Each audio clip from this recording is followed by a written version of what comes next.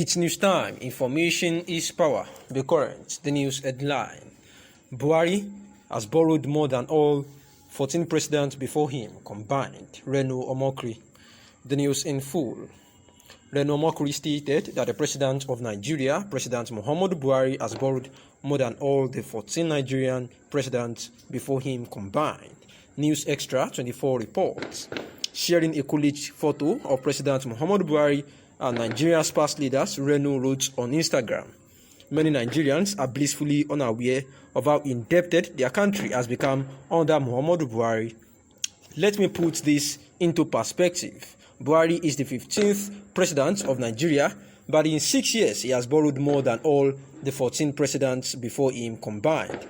And what is he using the money for? To build a 2 billion railway in Niger Republic, a country whose entire GDP is less than 14 billion naira. Google it. Anambra alone has an internal GDP that is 3 times that of Niger's Republic. Why has Buhari not built a railway for them? Lori Burukuman, Reno Omokri has actually just said, being known as one of the topmost Buhari tormentor for this regime. Kidnapping, amongst others, he attributed the problems to Pentecostal clerics who preached contrary to expectation of the church. Ahelia thought the Catholic and Anglican churches were the problem, but they are not. It is the Pentecostal church pastors. I listened to a Pentecostal pastor in the social media, and he said, no amount of sin will make one go to hell, that Christ has paid for all sins. The man was making people to commit sin in disguise. Some people do not do evil, but lure others to do it, therefore deceiving many souls. Everyone is talking about grace and nobody is talking about righteousness. If the entire church is doing what it's supposed to do, there will be peace in the world. We do not have 1% of those who can act Christ-wise. Churches have failed the society in several ways, and that is the reason why youth go back to the olden days traditional practice. Also, the current service chief in office, because he sees what Nigerians do not see. Shehu explained that the military commanders serve at the pleasure of the president, noting that there is no part of the law stipulating their tenure of service. Meanwhile, Nigeria's Chief of Army Staff, Lieutenant General Tukur Buratai, on Monday, January 11, told applicants seeking to serve in the army that they must be ready to move to Sambisa Forest at the end of their training. According to Premium Times, Buratai noted that the recruits should be ready to serve their country anywhere they are deployed as soldiers, and that was before Buratai actually became an ambassador to the Federal Republic of Nigeria in Benin Republic after he was, removed as the lieutenant, as the Nigerian Army Chief of Staff. And in another news, the coalition of Nigerian Patriots (CNP) had hailed the success of General Tukur Buratai retired before he was retired for the success of the Nigerian Army Operation Sahel Sanity, of which he actually launched as at the time of the insecurity in the country. More on terrorism and banditry, because these are actually challenging issues. That was the main reason why we in the National Assembly, both the House and Senate, have passed a resolution urging the President to also designate bandits as terrorists so that it can be able to tackle the challenge headlong. We know that at the moment there are technical challenges with using our equipment because of certain conditions. At least we urge that the President to please help sign this, because right now the activities of bandits are getting even more worse and sophisticated, more than even what is happening in the Northeast. A prominent member of the Islamic West African province known as ISWAP. He said the fact again is that the armed forces, the land forces, have done an excellent job, because in the span of 1 month, we have been able to take out the leadership of the Islamic State of West African province ISWAP, that is Abu Musab al-Banawi. 2 days ago, the man who succeeded him, one Malam Bako, one of the prominent leaders of the Shura Council of the Islamic State of West African Province, was also taken out.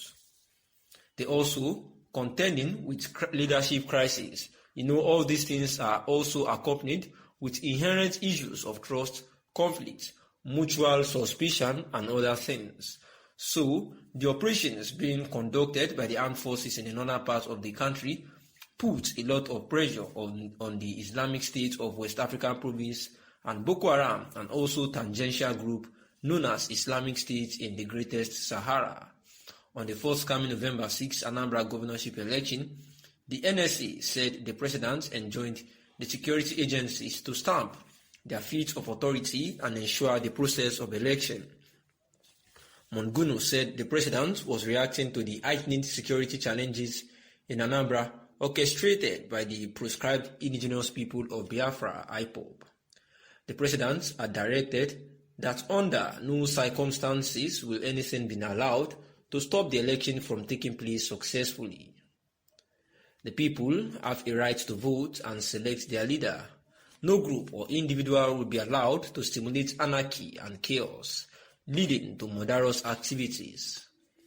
The president had made it very clear that the armed forces and all law enforcement agencies must make sure that the election takes place even if it means overwhelming the entire environment with the presence of security personnel, he said.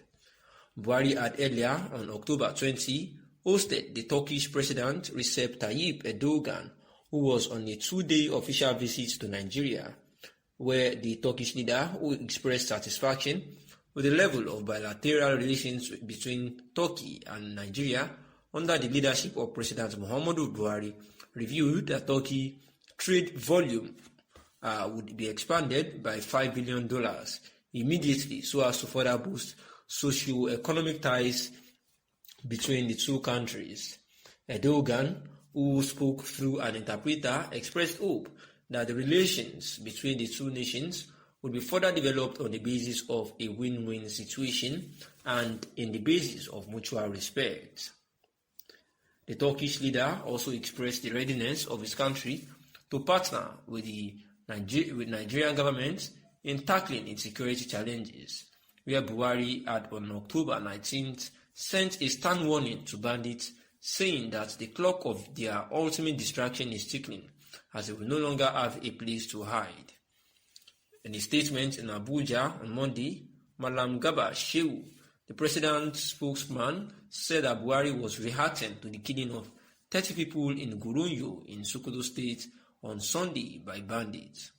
According to the president, the days of the bandits are indeed numbered because the military capabilities of the armed forces are being boosted by the acquisition and deployment of advanced equipment.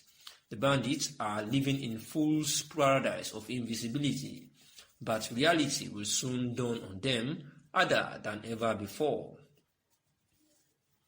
The bandits are currently under desperate pressures because of the intense and sustained air and ground operations against them in their hideouts by our security forces. The cowardly attacks on innocent people by the bandits show a rearguard action of criminals under pressure.